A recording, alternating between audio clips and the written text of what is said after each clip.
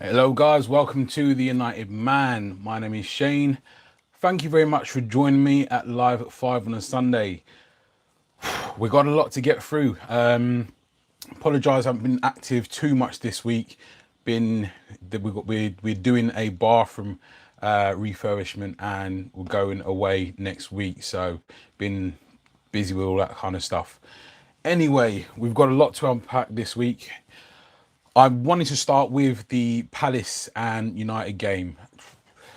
If I start by reading out some stats, that will kind of give you my opinion on a couple of stuff. How's it going, Rachel? Um, let's start with the possession. The possession, for those of you that didn't get to see the game, it was a, I wouldn't even say it's a Jekyll and Hyde performance, really. It was more, for example, the possession that we had was 71% to our 71% to Crystal Palace's 29%.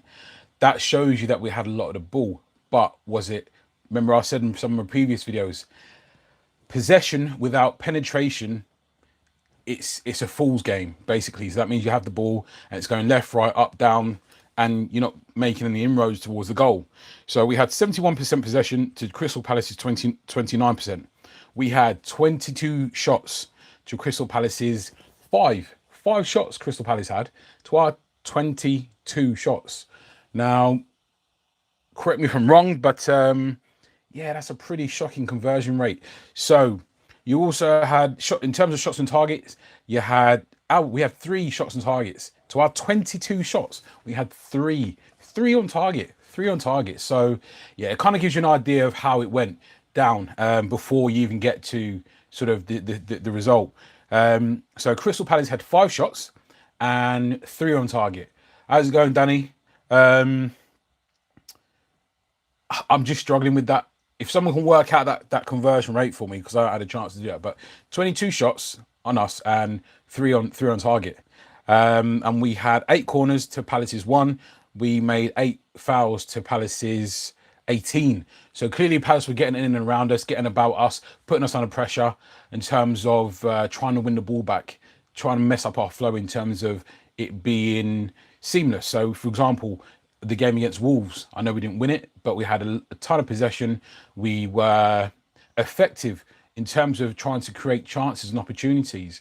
We did have opportunities, but we just didn't put them away per se. So yeah, that kind of smacks of, if we had, I wanted to talk about the performance levels as well. So for example, the performance level, the reason I say that is because if we had the performance level of, say, the Wolverhampton Wanderers game, in terms of quality and quality, not just creating any type of opportunities, but quality opportunities. Now, when I think back to this game, it was, we just didn't look like we were going to score after so many missed chances and whatnot, which it just didn't look like in the end that we're going to get over the line. So it looked like one of those games after about 35, 40 minutes. It looked like one of those games where you could think, yeah, we're going to struggle here. We're going to struggle to get the win here. For whatever reason, you can't quite put your can't quite put the nail, hit the nail on the head. But we just looked like we were never going to get it. We never looked like we we're going to quite put them to bed.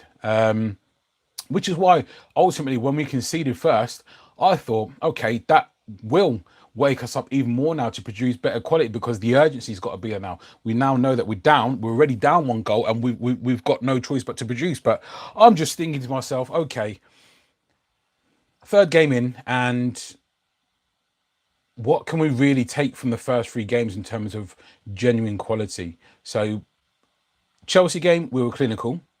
In terms of the yeah, I'd say in terms of Wolves game, we had a lot of quality possession. But in terms of Crystal Palace game, now it cries out. This is crying out for. It's crying out for me, and I know a lot of you guys that watch my content on a regular basis.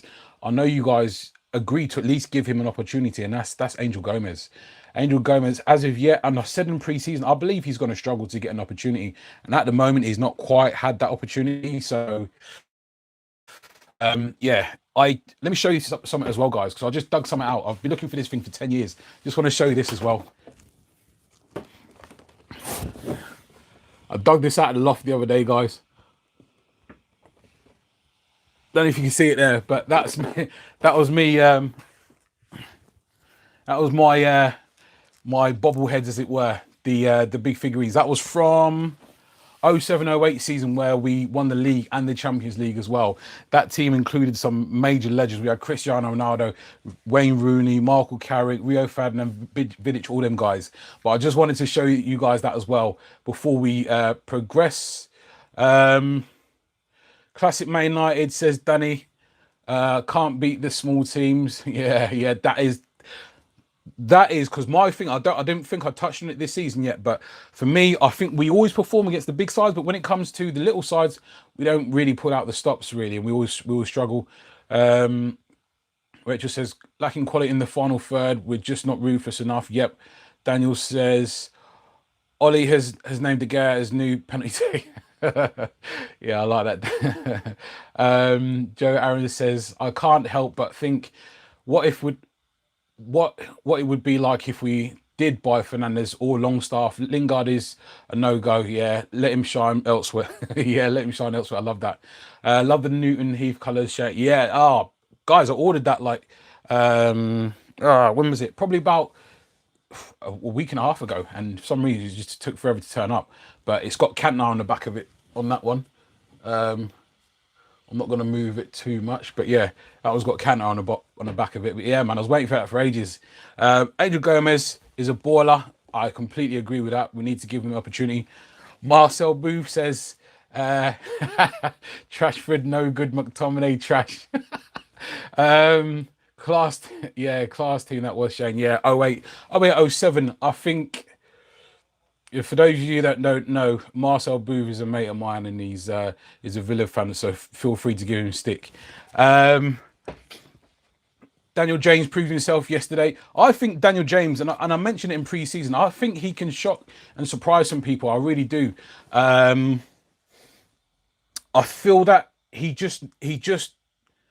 need consistency. His final ball, technically, still not anywhere near what I believe we need him to be. But he's frightening pace, man, and pace kills. Pace kills. I mean, I'm one half of part of a management team for a Sunday league, and we've got 3 goal scorers that are they'll frighten any team, and that's part of what we do. Is if you know you've got goals at one end and you holding it down at the other end, at least you know you've got goals. Whereas Man United, we're struggling, man. We're struggling to get goals. We're struggling to create opportunities. We're struggling to, if I'm honest, I think we're going to struggle to score goals this season. And I pretty much touched on that this season quite a few times in pre-season as well. In terms of, okay, so for example, 22 shots, 3 on target. How many times did we absolutely unlock the defense in terms of saying, right, we're going to cause some problems here. We're going to, for example, we look dangerous, but without any end product. We look dangerous without really breaking them down too often. So for me, as I said before, we need a plan B in terms of what we can produce, a different type of striker. So when it's not working, we need someone else to go to. But if I'm honest, it's a bit of an embarrassment, because really, really and truly, if you look at the Palace team, there's no world beaters there. There's no real good players there. So for me, we should be embarrassed with that one. I feel embarrassed of not. We're at home. We're supposed to be building a fortress at home, and realistically, we just don't look good enough. We just don't look like we're going to penetrate. We don't look like we're going to score when we need to in those key times where we're on top of teams. When we have created 1 or 2 opportunities, we're just not looking like we're scoring. So that then puts pressure on the back line. So I'm not surprised that we then went and conceded right at the depth, because we're not taking care of business at the top end. It just creates so much pressure when we're not scoring and doing our job. Ultimately, it's just score goals. That's how you win games. What else we've got? Do you think we should let Sanchez go? Lingard is not good enough. I agree. Problem is, letting Sanchez go, it leaves us very, very short. Um, realistically, we don't have a plan B, and this is what I've been saying for quite some time. What do we do when it's not working? We've got, yeah, Greenwood, who's potentially could be something special, but the kid's 17, man. You can't put it on him. Like I said, this season with Greenwood, you pretty much got to give him a free pass. It's his first real season with us, and you can't expect anything from the kid realistically. So for me, Lingard, yeah, it's ultimately it's a shame because I don't think we're anywhere near where we need to be. And for me, I was going to come into it later in regards to Ed Woodward, but ultimately, 3 days before the transfer window closed, Ollie was saying we're still working on a couple of deals. Okay, that didn't happen. Why? It turns out because of money. That goes directly back to Ed Woodward. Okay, fair enough.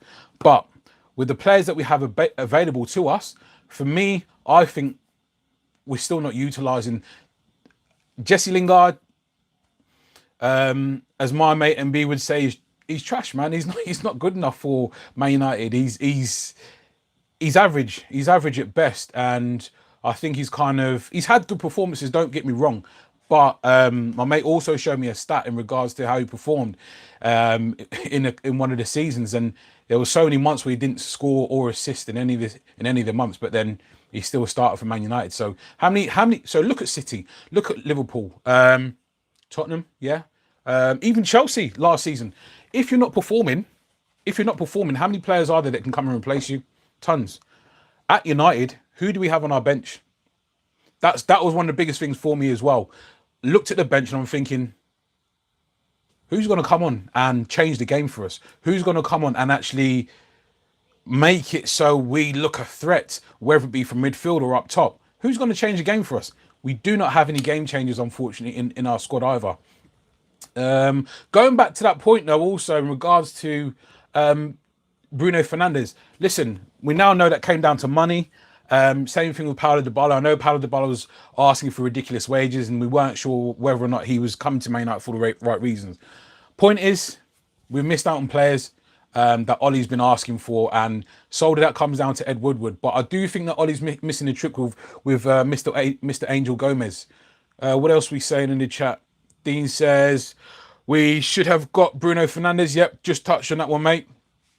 I generally do. I think even after the Chelsea games where we're going side to side, I think that's just going to come back to bite us in the backside. I really, really do. We're going to struggle to get that one back.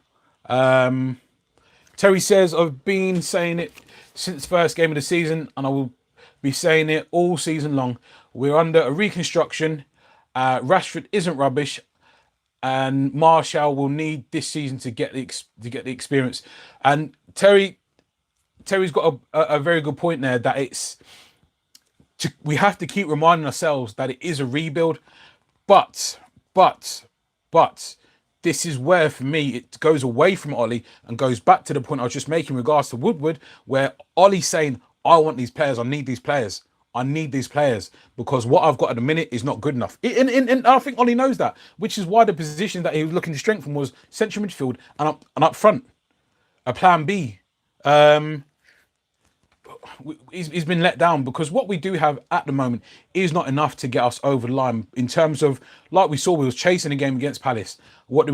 We're going to concede at the other end, albeit a stupid mistake by De Gea. Shouldn't be letting it in his near post underneath his body. Gene Seacart says, I say this before the transfer window that the season is going to be worse. That's a big statement there. That is. I don't know. By that, do you mean us finishing worse than sixth place last season? If that is the case, then we're in for a tough one. I can see us being found out in games, like Daniel said earlier, where it's the smaller teams. We performed against Chelsea, but Chelsea was a weakened team. We stepped our game up against Wolves because we know they're sort of like our bogey team. But when it comes to at home, we're supposed to be building a fortress. We're supposed to be the big I am, the big Bertie, big whatever. But 71% possession, 22 shots, and only 3 on target.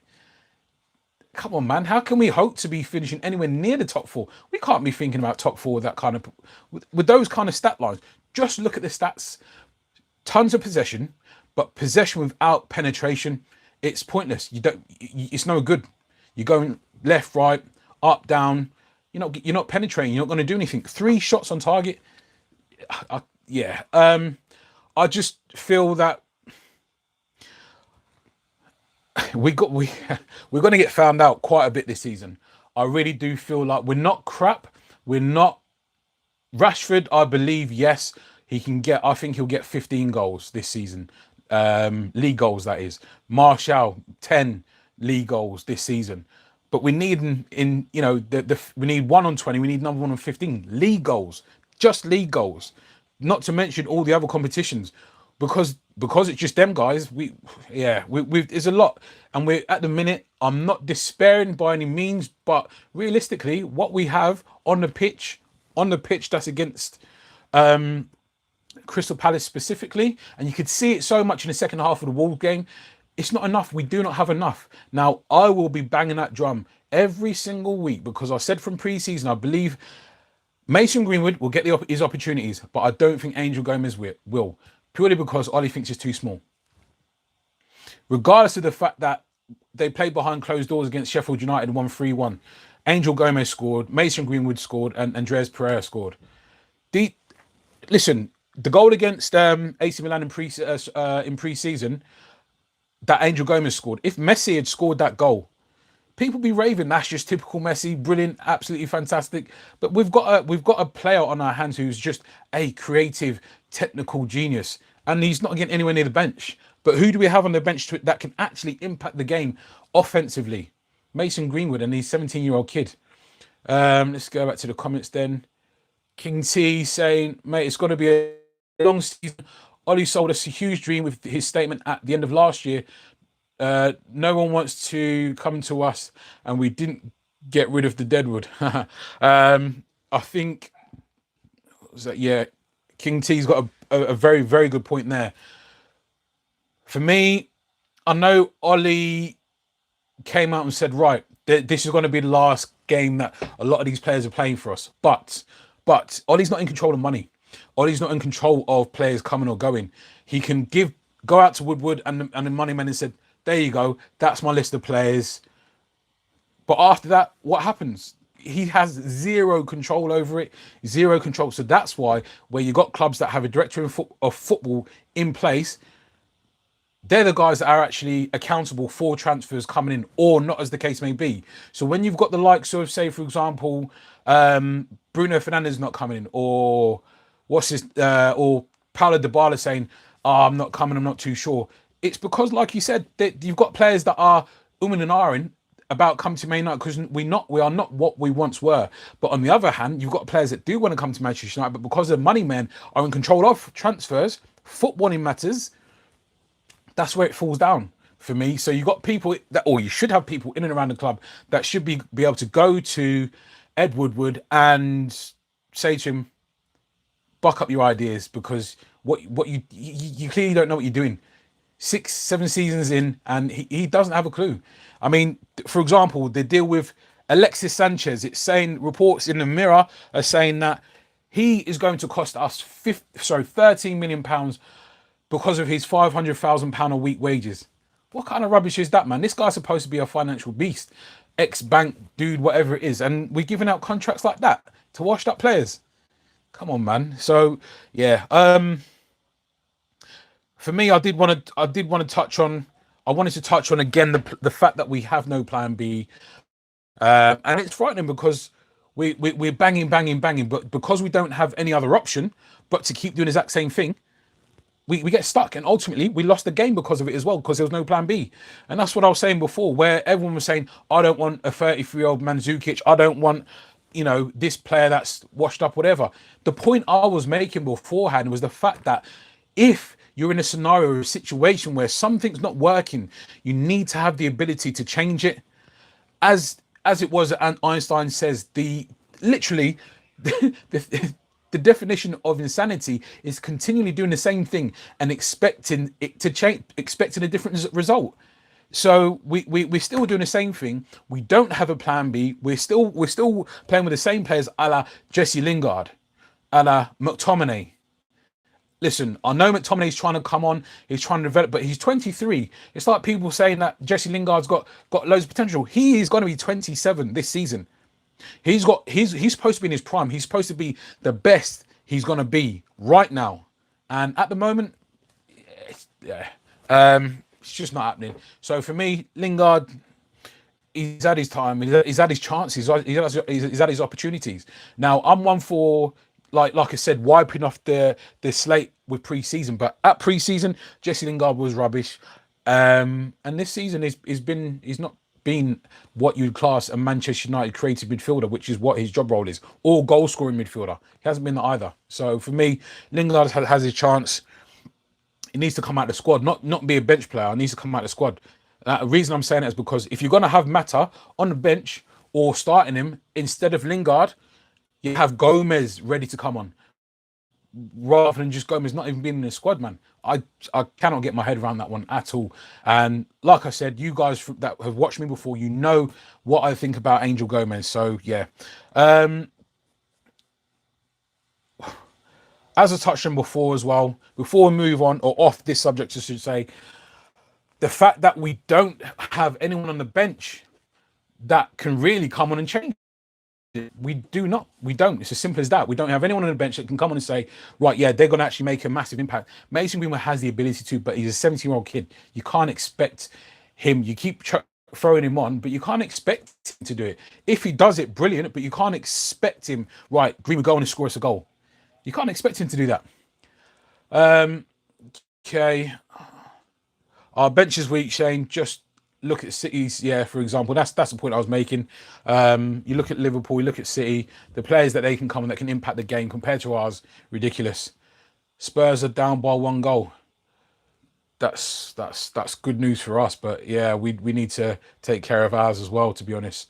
Appreciate the info though, Daniel.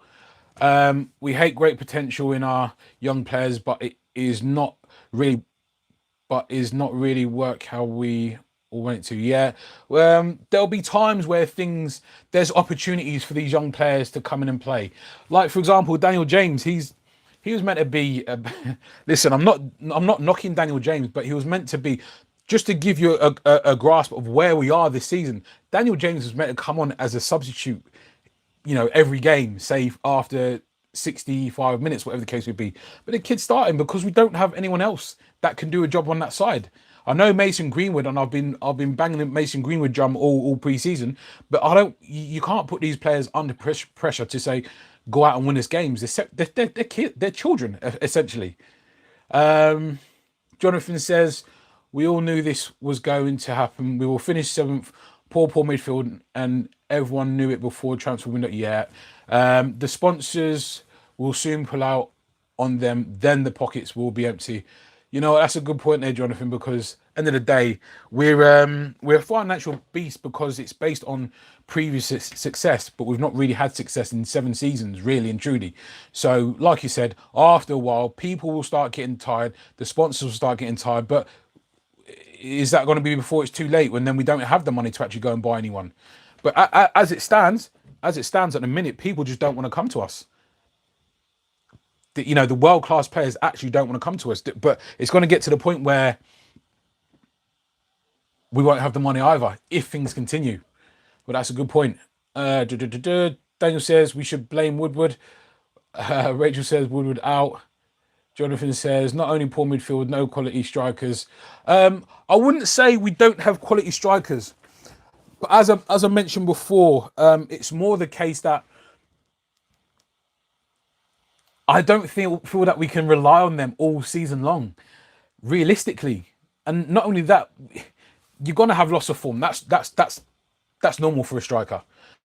But the point is, they're so young. They're so young, 20, 21 and 22. And then you've got Daniel James, who's 21, Mason Greenwood, who's 17. You're asking them lads to bear the burden of Manchester United and score consistently when none of them have done it before. Kylian Mbappe, on the other hand, he's 20. He played in, I think it was like 58, nearly 60 games, and he scored 30 plus goals last season. They're not on that level. They aren't. Simple as that. Don't get me wrong, they've got ability and quality, but they're not on that kind of level at the moment. Woodward is deadwood. United won't get back to success until Woodward goes. I said, Dean, that's a brilliant point. Those of you that know me know I'm not a Woodward fan. Fair enough, he does what he's supposed to be doing monetary wise, but I again beg the question when it comes to football matters, because look at the contract that he gave to Sanchez that we now can't shift him.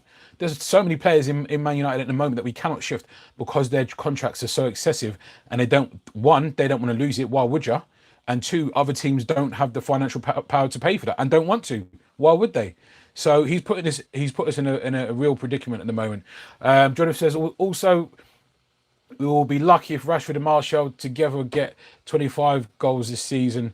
We are in serious trouble. Daniel says, when will Dalot come from injury? Because one of the comments that I saw mention, when was it? I think it was last week, but someone mentioned about playing Dalot off the right, because that kid can cross a ball, man, and he can take on a man. It was evident from early doors that defensively he wasn't going to be, in my opinion anyway, he wasn't going to be good enough for the Premier League. But offensively, the kid's, he could come on for, say, last 15 minutes and trouble it at a left back, and he's probably one of the best crossers in the team. Wanted to touch on some of the transfer news as well, guys.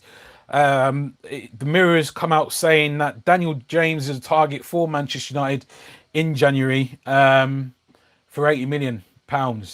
Now, whether that's true or not, the point I wanted to make, James Maddison is a younger English version of Bruno Fernandes, in my opinion. So the fact that we're looking on spending, whether it's true or not, again, that's irrelevant. The fact that we're linked with that player says the obvious is, newspaper people, sports writers, they're not stupid. You can look at Man United's performance and it's crying out, it's screaming, it's slapping your face.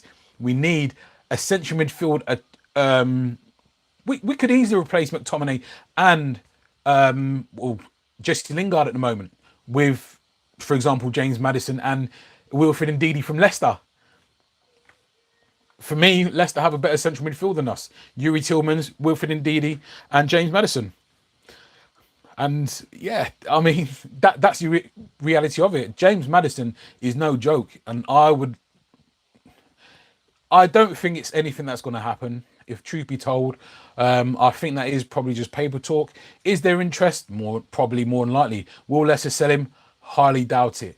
There is very few players, quality players, available in January, because it derails the selling team's team, and also trying to integrate a player into the starting 11 is very, very hard.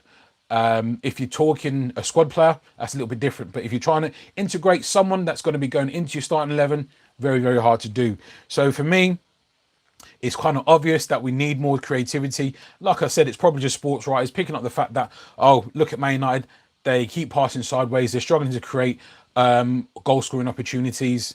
Let's stick that in the newspaper about James Maddison and stick an £80 million tag on that. It's easy. It's easily done. And again, you look at the scouting department of Manchester United, knowing what Manchester United's weaknesses are. This isn't something that's just come up over the past, say, year or two. This has been going back, since Carrick retired and Scholes retired. Obviously, Pogba's come in, but you can see he needs help. So for me, James Maddison going from Norwich to Leicester for 20 mil, whatever the case it may be, again, it makes me worry about our scouting department, if I'm completely honest. So yeah, we have to look at that also. So we look what you guys are saying as well. King C says Martial has proven he can score 15 goals. Look at his first season. Rashford is the one who needs to prove he can score goals. And I kind of echoed that statement actually beforehand. The fact that when Martial played up top before Ibrahimovic came, he scored 17 goals in that season, his first season. But since then, he's been pushed out wide. And Rashford has kind of come to prominence since then. But Rashford got 13 goals in total last season. 13. He's 1 year older than Kylian Mbappe. Just to put it into context, he probably played maybe 5, I think it was No. Probably, I think 7 games less than Kylian Mbappe last season. Mbappe scored 30 something goals. I think it was 33. And he's 1 year younger than Marcus Rashford. So just putting it into context in terms of quality, difference in quality. Now, obviously, Mbappe was part of that PSG team that took us down at Old Trafford. But yeah, we're miles off at the minute. Hence why I keep saying, I'll keep banging on about it. And it's not to say I told you so, but the point is, we could see it coming. We could see it coming. Us struggling to score goals, struggling to concede goals after the first 2 games. Struggling to keep a clean sheet after the first 2 games. That wasn't something that I saw in the cards, because after we saw Wan-Bissaka and Harry Maguire, and after their performances in the first 2 games, and you can see that with those guys coming in, it's given De Gea a lift. So for De Gea to make that kind of mistake, yeah, it kind of, it's a bit of a kick in the teeth, really. Exactly, Shane. Gomez is just as small as Messi. It shouldn't be a factor. No, it shouldn't. I completely agree. Just a name Man United, but as Thomas Lima says, just a name Man United, but we don't play like Man United, like a big team. Yeah, that's a good point. We don't play like we're a City or Liverpool or even a Spurs. Ollie uses Lingard because he likes his energy, but there's more to come. There's more football than running around. Yeah, like a headless chicken. Good point. Good point, Rachel. Terry says, let's get behind our team. Let's be positive. The Gomez, etc. They'll get their chances in cup ties. Ollie will then ease them into the first team. Things will improve over the season. Terry, mate, I always love your optimism, man. But one thing, what we always are, I always sit down and I'm always thinking to myself, how much can this improve with the squad of players that we actually have at Ollie's disposal? How much can actually change? Now, we've added, like I said, like we all know, Daniel James, and we've added to the defence. But the central midfield, for example, my Sunday League team, the beginning of the game, I spoke to the central midfielders. We play with 3 in the midfield as well. And I spoke to them and I said, ultimately, we win or lose this game off the back of your performance. So for those of you interested, we won 5-1 today, but that's irrelevant. But the point is, we win and lose games from our central midfield. We literally do. So that's whether or not we create enough opportunities for our strikers to take, then that's on the central midfield. Whether we're covering opposing midfield's run, that's on the central midfield. The game is dictated by central midfield play, and opportunities are made and lost through central midfield. So that's why it's so crucial. That's why everyone has been saying, and it's been going on for a long time, we need central midfielders. We need to replace Matic. McTominay isn't going to be good enough. He's 23.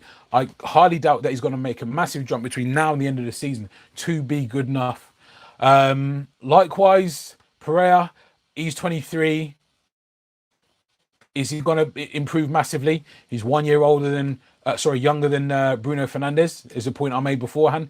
Is he going to improve massively? Highly unlikely. So just trying to keep it realistic in terms of what can we actually do with the squad that we have available. But like Terry said, there are cup ties, there is a Europa League, there's tons more games that we can play, but is it going to be too late? I don't know. We have a young group of individuals who is given the chance will grow into a great team. Good point, Tel. Mamadou says, yes, Daniel James shout not to start all the games, and the fact we need a good midfielder. Yeah, good point there, Mamadou. Jonathan, yeah, James Madison. Sancho, Mamadou saying Jadon Sancho.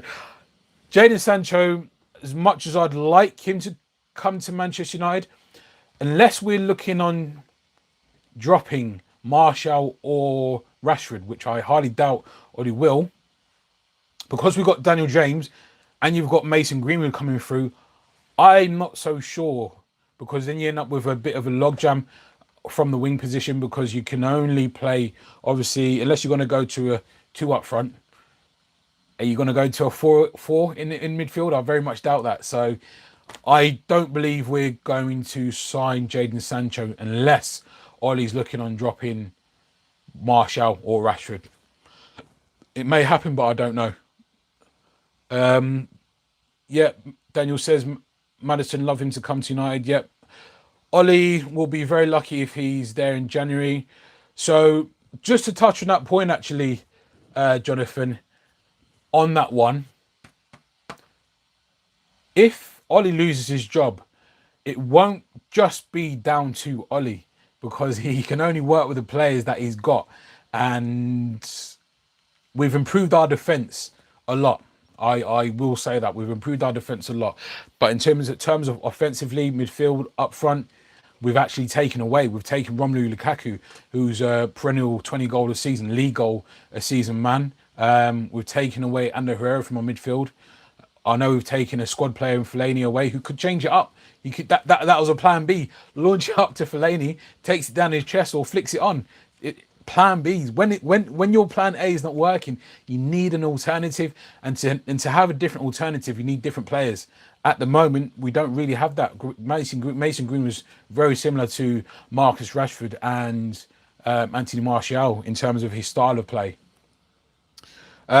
Just touching on Woodward as well. Again, I believe if we finish outside of the top four, which is from the first three games, which is looking likely, let's be honest.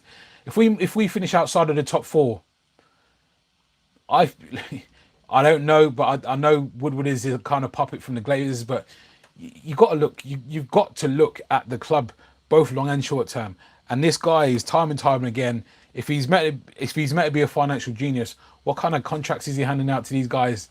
Why is he handing out these kind of contracts? So for me, you have to look at Ed Woodward. If we're finishing outside the top four, like I said, made the decision in the transfer window not to sign Bruno Fernandes. He made that decision because of financial measures, whatever the case may be. So, and as I reiterated before, 3 days before the transfer window shut, Ollie was saying, I'll keep saying it. Ollie was saying, we're working on a couple of deals.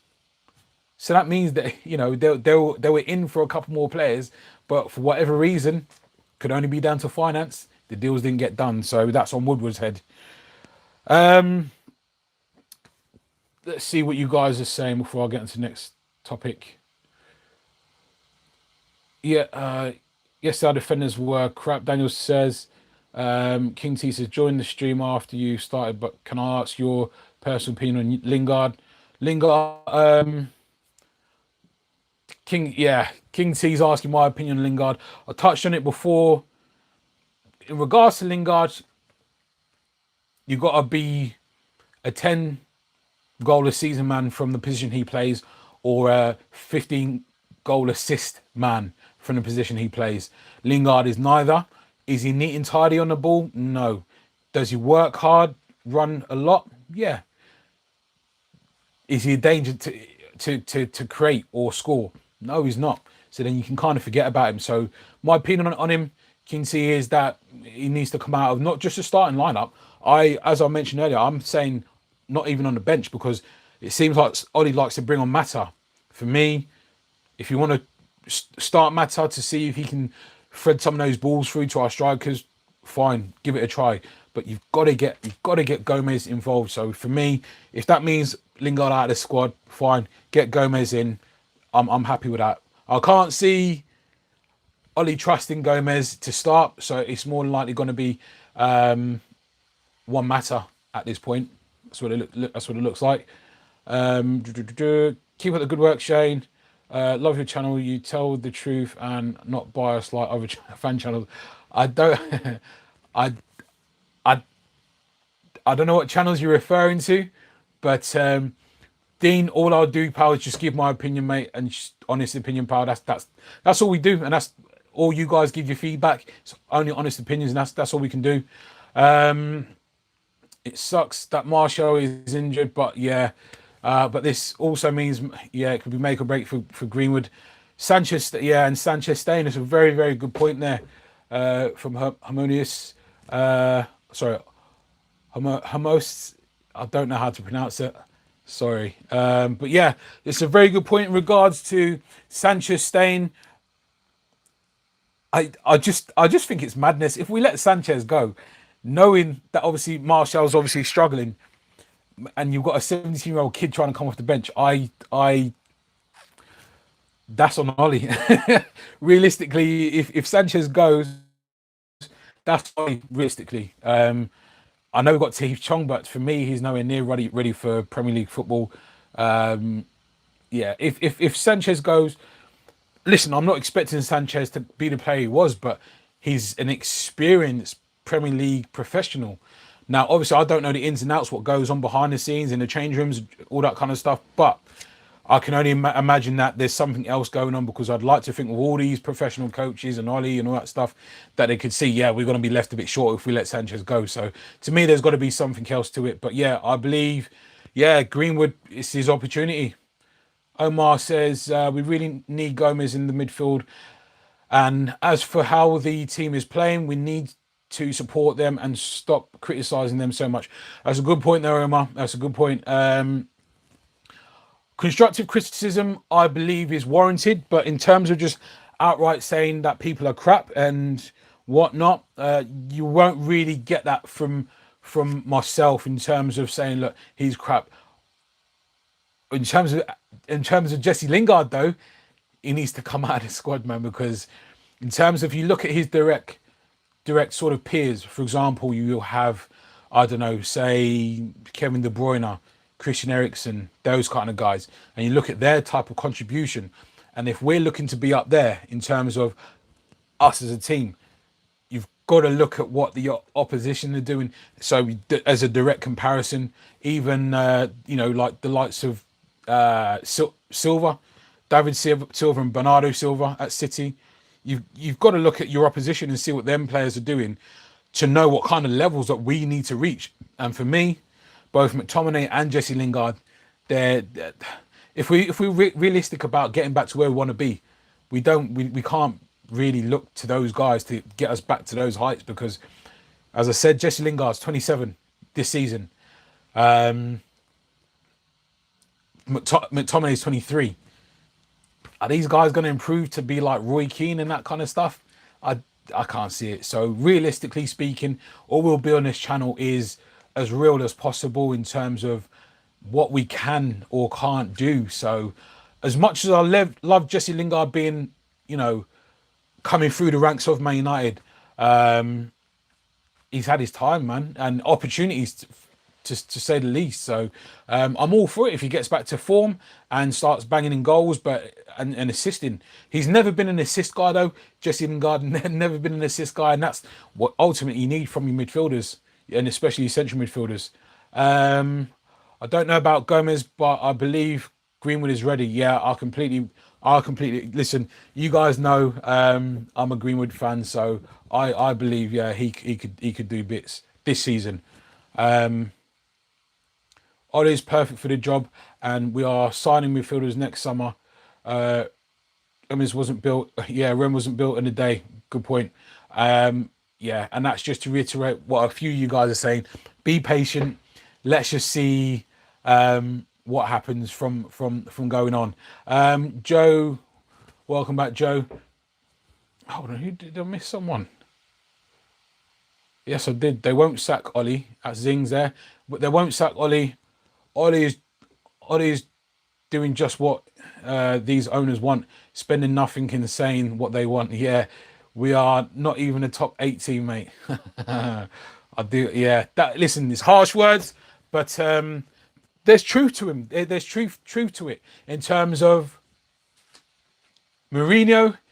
No board or whatever it is can hold what Mourinho will say. Mourinho will say, he'll let you know if he's unhappy, put it that way. And you can kind of see that's why things unraveled so quickly last season, because Mourinho was falling out of every man and his dog last season. But Ollie is more of a I don't think Ollie's a yes man by any means. I do think Ollie's his own man, and I know Ollie has his own opinions, but I think he's more, I do believe he's more collected in terms of, and tactful in what he says. He knows that there'll be certain things that if he does say, he'll put himself into trouble and the team into disrepute. So I believe Ollie just is very much more tactful in what he says and when he says things. I don't think our defenders were crap. there was just a lack of communication, especially in the first goal against Palace. Yeah, the first goal was very strange when Ayo broke through because, like I said, there was like a massive gap, and lads were standing around looking at each other. I know Lindelof was a bit too far over to the right hand side, but that for me was the fact that Wan-Bissaka was supposed to be tucked in on where the ball went for the header. That should have been Wan-Bissaka going for the header, and Lindelof should have been stepped in, and he would have been on Ayo, and that's why you end up having Maguire trying to come across the pitch to try and make that tackle. But yeah, as you said, defensive communication, it happens. But yeah, the second goal, you can't really say much about that. Would you use Pereira? Yeah, Pereira, again, he's another one. He's like a McTominay. These guys remind me of a John O'Shea or a Darren Fletcher or a Park Ji-sung. Well, Park Ji-sung played in a lot of the big games, and so did Darren Fletcher as well. But they're never going to be that go-to guy in your starting lineup week in, week out. So he'll use Pereira sparingly. But from what I gather, from what Pereira's dad said, he said that they were looking elsewhere, but Ollie's made certain promises to him that they were happy with, so he's still here basically. But I don't believe that Pereira's the answer either. At 23, you need to be, again, I'll use the comparison with Bruno Fernandes and what Bruno Fernandes did last season. There's 1 year's difference between Andreas Pereira and Bruno Fernandes, and the difference in class is worlds apart for me. So I don't think he's the answer. Gomez should come in as a sub and work his way up from there. Yeah, I'm happy with that. That young players are not like when we are down to openings, we can rely on them because maturity is not there. We're just trying to give them confidence. Yeah, I agree with that. I would love to see us do the interchangeable passing, bish bash bosh, bang bang bang. But it's just we don't have the personnel to do that kind of football at the moment. I just really do feel like we've got to be able to put our foot on the game and bury it. We have to be able to bury a game, and at the minute, Chelsea game was very, very clinical, and that was very, very, very encouraging. But it soon died down. Obviously, we couldn't break down Wolves. We had some more opportunities against Wolves, but ultimately we couldn't put them to bed. So, and that came back to bite us in the butt against obviously Palace. But yeah, let's have a look, guys. I think I will wrap up there. Much appreciated for you joining me. I'm going to be away from Tuesday. Going to be going away to Turkey, me and the family. So, but I'll be taking all my bits with me, and I will actually be able to do stuff out there as well. So I'll still be obviously dropping videos out there. I'll still be going live when necessary. I'll do my live at 5 next Sunday as well. So I'll just let you know the setting and the scenery will probably change. You'll be like, where's Shane? But yeah, I'll still be doing videos more so than this week, if anything. This week's just been a bit of hassle, like I said, with the bathroom and getting stuff sorted for the holiday. So, guys, much appreciated for that. And I shall see you guys soon. Thank you very much. I'll do my best to enjoy the holiday. And I'll jump on the community feed as well, though, guys. And I'll see you on there. Take care, guys. Thanks for joining me. See you later.